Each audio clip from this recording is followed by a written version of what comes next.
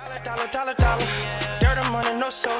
Had to go and get it, ain't no time to kick it. Got a stack and flip for my foes. Dollar. Please tell me you can hear me. Don't turn your back and don't neglect me. Just let me know if you need me. Dollar. Let me watch out for my partners. Keep my money long, get my team strong. Let me run away from my problems. Yep, what's good, original crew, man? We're back. Hey, man, we're back on the channel, man. We got a body cam. Body cam. Did you read it this time? I seen some about Stepson. And that's all I could get. Y'all, she be trying to say it before I let y'all know. She be like, let me like it. Let me see. I didn't get the first word. See the was title. that the first word?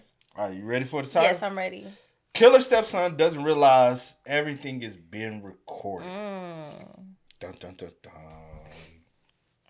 My goodness. Hey, with that being said, before we get into it, make sure y'all check out the links in the description box. Down below. You already know where to go. If you want to first support, all you got to do is check out down below. Also, if you enjoyed today's video, like it in with a thumbs up. I called my mom, and it went straight to voicemail. What time was that? I called her a couple times today, so I called her probably midday, around lunchtime. I called her another time before dinner, and then I called her after dinner. And then after dinner was when my wife was like, if you're real worried, she's 15 minutes away, just drive over. Okay. I walked into the front door. It smelled like gas or something like that. I immediately got worried.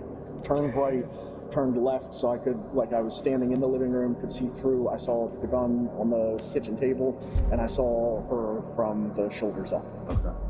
It looked like it was red or purple by her neck, and I just immediately walked right back out. This is the voice of Robert Testerman, a man who, within the next 24 hours, would find himself facing a complex and multi-layered crime. He had planned to visit his mother's... Did he call? Himself facing a complex and multi-layered crime.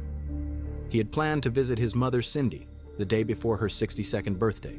But when he arrived, he found her lifeless body on the floor. From Not saying did he call. He's the one who called, but I'm saying, let's see.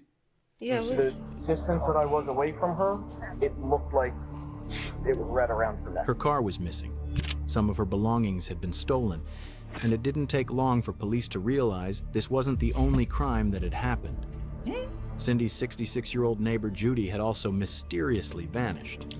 Now, with only one real clue in hand, a single video file, detectives are left trying to uncover who's behind a brutal murder and a possible abduction. The man sold this car to me and my husband. I didn't steal anything. Looking at the home security system, that's my mom. I'm not saying nothing else, dog. We had no idea who that was. It's anyone's guess. First is.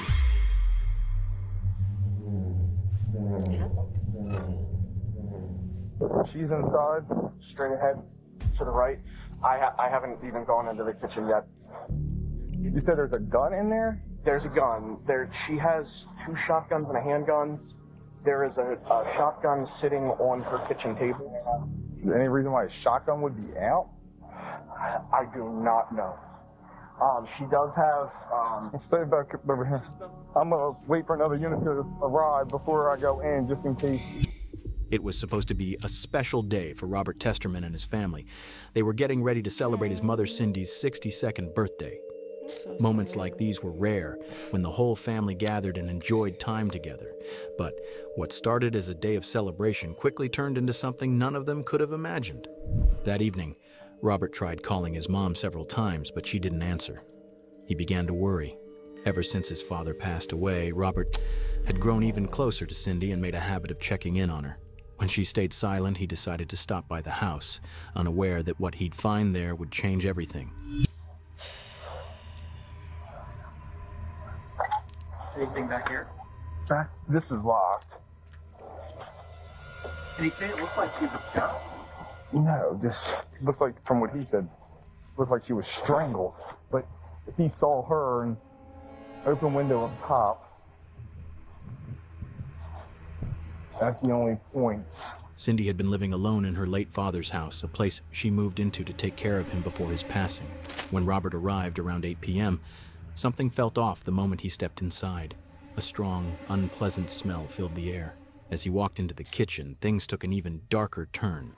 A gun was sitting out in plain sight on the table. Panic set in. Robert began searching the house, calling out for his mother, but as he moved deeper in, something stopped him cold. Shaken by what he had just seen, Robert immediately called 911. Police were quickly dispatched to the home on the 7900 block of Roseland Avenue in Maryland. Police department. Seeing a gun at the scene is a major red flag. Police now have to stay completely alert because they still have no idea what's really going on inside the house. So instead of rushing in, they start by checking the area around the home, making sure nothing and no one is hiding out back. Good. All right, just don't touch anything. Good. Former County Police, anyone inside? Shotgun facing us. Who's in the kitchen? There are guns in the house. I got a closed door to my left here, 2 other rooms to clear. Officers need to move quickly. Their top priority now is reaching the victim and checking if there's still any chance to help her. Take that bathroom real quick. Clear. She's laying on the floor right here, shotgun room. Alright, I'm gonna advance, there's another room in the back. What are you doing? Gotcha. Former County Police! Oh, he said he walked She about was that covered far in and blood, turned around. and the scene around her was soaked with it. Sadly, there was nothing anyone could do. Investigators quickly determined it was a homicide caused by sharp force injuries to her upper body. The house was filled with the strong smell of gas. And since it was clear the killer had planned this carefully, police knew there could still be serious... I wonder, was he trying to cover the odor of decay with gas? Could be, because you didn't I set a ain't blaze to the... Yeah. So what would be... Yeah, so... Or was he planning on coming back and blazing the house? Could. To try to destroy evidence? But the title say killers. Danger. It seemed like the suspect may have been trying to start a fire, and now, even a small spark could set off a deadly explosion. Police began searching the rest of the house, hoping to find any signs or clues. Cindy had suffered multiple stab wounds to her upper body, and there were also defensive injuries on her hands, clear signs that she had tried to fight back. The shotgun on the table hadn't been used in the murder. The house was completely ransacked. Some drawers had been pulled out, and several valuable items like jewelry were missing. Considering that Cindy's 2013 Honda Accord had been stolen from the garage, along with the mess in the house and the missing valuables, police now had reason to believe this might have been a robbery gone wrong. A robbery that clearly didn't go as planned. We have possible on name. I don't have any data from this yet. We can get it from the son is on scene. All I have right now is Cindy Testerman. My mom was very unique, very, very original, and oftentimes just on like opposing ends of a spectrum. She was like a flower child, like grew up in the 60s, and she was really drawn to like the hippie movement. She was a caretaker. When I was very young, she opened up a daycare center in the house, and she ran that daycare center until I was a teen, always taking care of other people, other people's children. Then my grandfather got sick, and she moved in with him to take care of him. When's the last time you saw her? To get closer to the truth, police turned to the one person who knows Cindy best, her son, Robert. He was the first to find the scene and the one who called 911. Or talked to her? The last time I talked to her, Wednesday maybe. We traded or she sent me a text on Friday that I didn't respond to. Just of her friend's daughter that got married. JHRD on you. I do. Based on everything they knew, Cindy didn't have any enemies. She got along with everyone, and no one had a reason to hurt her. Is he the only son? Because I know cops probably looking at him like... I think so. Because he's not like... It looked like he may be the only child, right? Because it said the dad passed, and then he drew closer to the mom when the dad passed. So I'm just thinking that maybe the only child. And I guess they're looking at him like... You're not hysterical, but sometimes... And then you the son, you the closest, you here, you called it in. They gonna always look at that first. They gotta rule you out. But also... He might just be trying to hold composure. It's going to hit him. Some people try to hold their composure. Yeah. And then it hits them later like a ton of bricks, and they just like overweighted with the grief. But then police get their first real lead, a potential game changer. Looking at the home security system. So if we go back to, that's yesterday. So Friday, I can see her coming home That's my mom. Oh, look at her. So I can see her coming home. And then Saturday, this gentleman comes up in the morning. The surveillance footage reveals something unusual, a young man casually talking to Cindy, and at first glance, nothing seems off. But then it gets strange. The same man is seen on the day of Cindy's murder, entering and leaving her home. The camera also catches him driving off in her car. Robert has no idea who this person is. He's never seen him before in his life. Now that the police have a potential suspect, they kick off an urgent investigation to find out who this man is, and more importantly, what kind of connection he had to Cindy. What they don't know yet is that this case is about to take a turn no one could have possibly imagined. Detectives begin canvassing the neighborhood, talking to neighbors, hoping someone saw something or knows anything about this mysterious visitor. Is she home? It's taped off like a crime scene. Yeah, we can't talk about much right now, but we're just trying to investigate. Her father just passed away. It was his house. I used to sit there over there and play checkers with him. Wow. Is her car usually there? Yeah. And I told my wife, I said, Cindy's car ain't been there all day. This man didn't know anything about Cindy's murder, or at least that's what he claimed. But what he did share would end up uncovering the second half of the killer's twisted crime. Who stays in this house here? That's another story. Okay. Is anyone currently here? I don't know where she's at, in a rehab or something. So I don't know where she's at. Yeah. I haven't seen her in 3 months. Now, police learn that just across the street from Cindy, a 66-year-old woman named Judy Slebzak also lived in the neighborhood. And apparently, no one has seen or heard from her in months. That's a major red flag. After her neighbors officially report her missing, officers head straight to Judy's house to check things out, but no one answers the door. At this point, police fear something terrible may have happened to Judy too. At this point, even the smallest clue could change the entire direction of the case. As the investigation moves forward, police finally locate Cindy's stolen car. They pull it over, and inside, they find 3 people. What happened?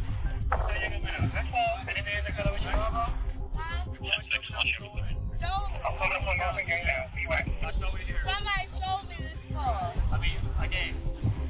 We're trying to investigate everything right now. We got the car. I thought it was a Honda. He says 2013 Honda Accord, but this is not a 2013. That is not a...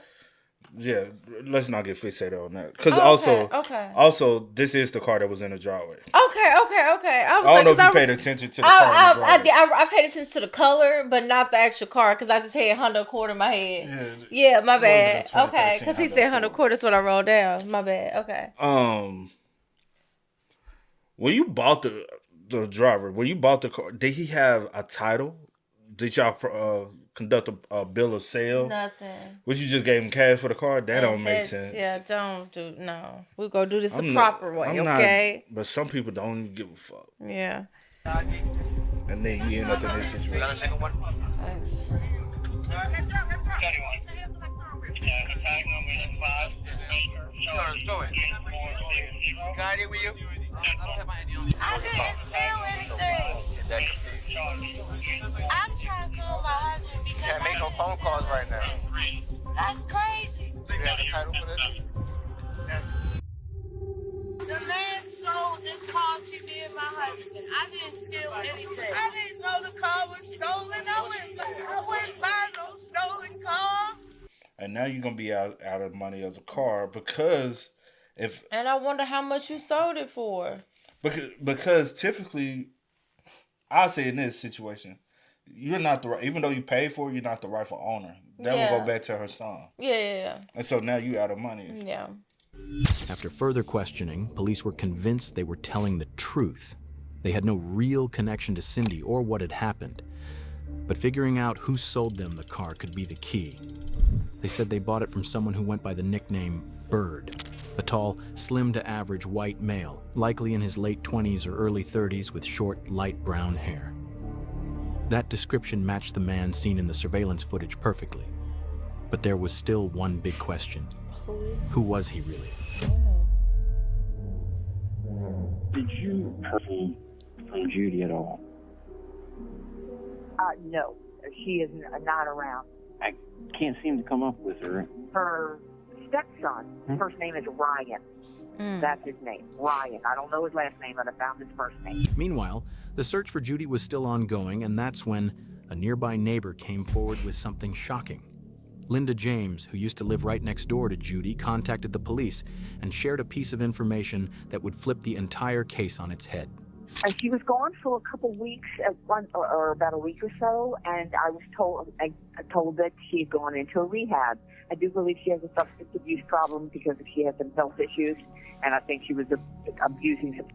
But that's only rumors from the neighborhood. And that's when Ryan showed up again, and he was there, and he kind of told them, I'm here now, I'll take care of her. And we didn't see her except to hear a rumor that she went into rehab again. Now the police finally had a name. Ryan McGuire, 32 years old, Judy's stepson, who was supposedly staying with her to help take care of her. But now, both Ryan and Judy were missing. Investigators began digging through old reports, hoping to find anything useful connected to that name. While combing through case files... what's her name? Judy must not have any biological kids herself. Yeah. Because ain't no way in hell my mom go for... And Ryan, I don't want to talk to you. I want to talk to my mom. I understand, whatever. I want to talk to my actual mom.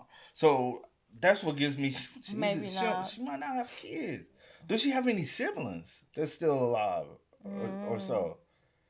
Because you don't go missing for 3 months and no one hears from you. And the only person that's vouched for your existence is your stepson. Is your stepson that just popped up and like, hey, I'm going to take care of her, but no one's seen her. And then the rumor is she was in rehab. Yeah. Now, I understand that could possibly be. But that's just... does anyone else know she's in rehab? Because typically, you tell multiple people, right? Hoping to find anything useful connected to that name. While combing through case files, the lead detective came across exactly what they needed, an old report involving Ryan McGuire. They compared the photo from that report to the man in the surveillance footage. The match was clear. They had just confirmed the identity of the man caught on camera. Now, there was still one critical step left for the police, finding both Ryan and Judy. They obtained a search warrant to thoroughly inspect Judy's home, hoping it would lead them closer to the truth. Police search warrant. I'm with you. All County Police. But this isn't the end of the story. We'll return to this house later, and by the end of this video, you'll learn about the disturbing discovery that was made there. Meanwhile, Robert, Cindy's son, who was doing everything he could to find justice, suddenly remembered something. Since Cindy's wallet had been stolen and he had access to her credit card accounts, he realized he could track any recent transactions and possibly find out who had been using them. After discovering that Cindy's credit cards were missing, investigators suspected the person using them could be her killer. Robert managed to track the latest transaction, a payment made at the Deluxe Plaza Motel located at 6401 Pulaski Highway in Baltimore. Detectives rushed to the location. When they checked the motel's security footage, they were stunned. The man using the stolen cards was none other than Judy's stepson, Ryan McGuire. In the footage, Ryan looked relaxed, walking around the motel like he didn't have a care in the world. Parked outside the motel was Judy's missing car, and the room Ryan was staying in was rented under the name of his girlfriend, Jessica Chamberlain. Police now had a prime suspect, and they weren't going to let him slip away. As Ryan exited the room and headed to the car, officers moved in and arrested him on the spot. So I'm recording you, but not that it's facing you, but anything that you're saying is getting recorded. I gotta let you know that, all right? Inside the motel room, they found damning evidence. Credit cards belonging to both Cindy and Judy, Cindy's checkbook, Judy's mail and financial documents, several pairs of new shoes, and a large stash of women's jewelry. But even more shocking, they found a knife and shoes with blood on them. DNA tests confirmed the blood belonged to Cindy. Still, nothing could prepare investigators for what would come next. Just 2 days after Cindy's murder on June 26, 2018, Ryan McGuire was brought in for questioning. He sat calmly in the interrogation room. No panic, no guilt, no emotion. But then he said something that left the detectives absolutely speechless. Can anybody get a cigarette, man? Yeah, probably. I'll have to find one. It might take me a minute, but yeah, I don't think that's a problem. You good? Anything else you need? I just want a cigarette. You give me a cigarette right now, I'll tell you everything y'all need to know. Okay. Yeah, let me see what I can do. You got a preference? I don't know that I have. Anything. Really? Yeah. A cigarette? Yeah. All right, man. What's been going on with you? What can you tell me? Well, you said you tell me everything, right? What's this one? What's this for? Okay. You said you've been staying at the motel there? Yeah, I stayed there for a couple of days. Okay. What about before that? I've been playing with that lady. Who's that? The huge car I had. Judy. Yeah. Okay. What's your relationship to her? She's like, I don't know, like my stepmom or something like that. Okay. She let you use the car and everything? Yeah. Nice lady. Where's she at these days? Yeah, listen. I need a cigarette. I'm not saying nothing else. I'll get a cigarette. To get Ryan to open up more, the detective started to leave the room to grab him a cigarette. But just as he was stepping out, he heard Ryan say something he never expected to come out at that moment. Okay. I'm gonna tell you everything you need to know. She's gone too. She's dead too. Just to let you know, she's dead too. You're gonna charge me with that one too. So I'll tell you where she's at as soon as I get a cigarette. All right, man. Wow. I know I'm here for the one across the street. What's that? I'm here for what? Across the street. Yeah, man. I'm not gonna beat around the bush with you. That's what it is, okay? Man, I'll tell you where Judy's and everything is at, so you can charge me with that one too. So all right, bro. I appreciate it. Let me get you a cigarette. After a short while, the detective returned with the cigarettes Ryan had asked for. Ryan, calm and completely emotionless, lit one up, and then, without hesitation, began walking the detective through everything that had happened, piece by piece, completing the puzzle of this disturbing case. Y'all not gonna find Judy without me telling you where she's at. Where's she at? She's still in her house. Okay. Y'all take me there, I'll show you where she's at. All right. Can you explain it to me? She got high. She was getting high, so she asked me to shoot her up. I shot her up and she OD'd. So you said you gave her an injection too, right? Just to make sure. No, she was still. She wanted. She came out of it. She was like she didn't feel good. She wanted me to shoot her up again. Okay. So I shot her up. And that did it. When you went to Judy's, was that just because she called me out the blue, helping her get off the drugs? Oh. Okay. And I said, damn, I could just stay here, get rid of her, and just keep using all her money every month. Yeah. Huh? That's what I've been doing. I was in the house. Whose house? Whose house were you in? Judy. I was in both houses. Y'all guys, it smell it? It stinks. I just been putting loud perfume in there. Okay. It's upstairs in the bedroom. Is that right? Okay. What is it, like a hidden compartment type thing? It's that outside in the bed. Where that pink towel was on. Okay. Upstairs in the bedroom. Wow. How long ago was that? You remember? About 3 months ago. Okay. Ryan admitted that both he and Judy had been using drugs. He also confessed that he intentionally gave her a fatal overdose. But let's be real. You a drug addict yourself. Facts. You're a junkie. Mm-hmm. Why would somebody who's trying to get off call a junkie? To help them get off. That makes no sense. No. You knew she was an addict. And you knew that she wouldn't mind you coming over. Possibly. Because you did it for her money. Because she gets a check every month. Mm-hmm. Her disability or social security check. We don't know whichever one it is. You did it for her check because you're a bomb. You're a bomb junkie. So y'all got high together and you purposely got OD'd her. Yeah. On purpose to get rid of her so you can have a place to stay, have and a car, use her money. And use her money.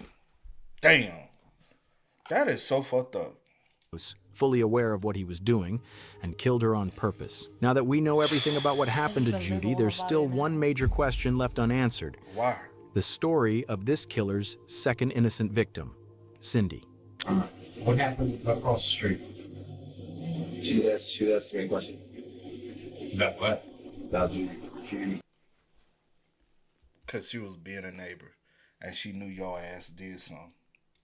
And you was like, well, she got to go too. And it seemed like the neighbors in close proximity, because they all around the same age. Keep an eye on each other. Like they notice little stuff, some out of order, some out of place. Haven't seen Judy in months. They probably communicate. They friends. They all in their 60s. They just Keep like you said, keep eye on each other. Make sure everybody's straight. Just an older neighborhood. She's realized something's going on there. I guess. Well, what were you doing over her house? What that? So you know who that is? Yeah, Cindy. Yeah.